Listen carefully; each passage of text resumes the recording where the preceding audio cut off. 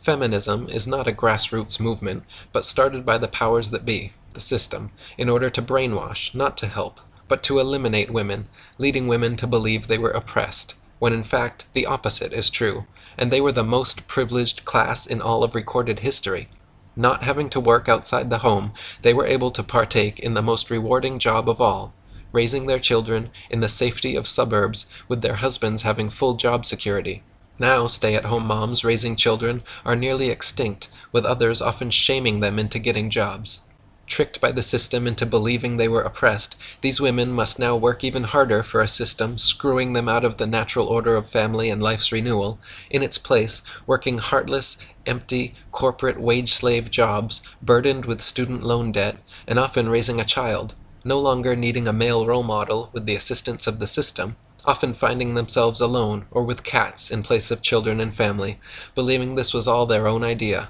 They have no clue what hit them, but will defend the very system that now enslaves them, as their fertility expires, often ending up lonely, highly educated, brainwashed, highly medicated, highly in debt, depressed, expiring cat owners, with litter boxes to clean, duped again that they can do anything, only to find themselves having to do everything, ending up with nothing but cats rubbing against them and dogs humping their legs, sagging, fading tattoos, and a lifetime of rainbows of unnatural hair dye, the likes of scary circus clowns, of blue, green, red, and orange, unattractive to men, and more dates with Ben and Jerry, including Dr. Feelgood, in order to distract them from the reality of failure.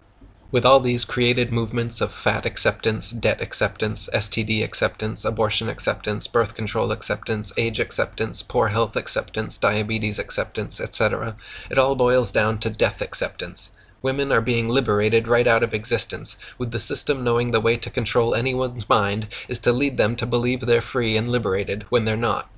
and thereby reducing the population. Sadly, women are no longer in control of their minds and failing to see the obvious on the horizon.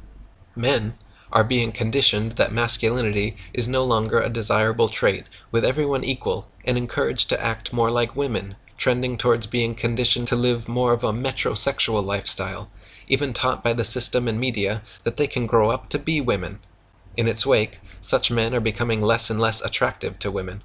Women acting like women are increasingly ever more difficult to meet, instead acting more like drag queens, causing increased rejection from men's attempts to meet them. This, along with most of the good-paying manufacturing jobs gone forever that gave men agency, has caused men's instinctual drive to provide and protect to greatly diminish, and for them to no longer have resources and/or status to attract a woman.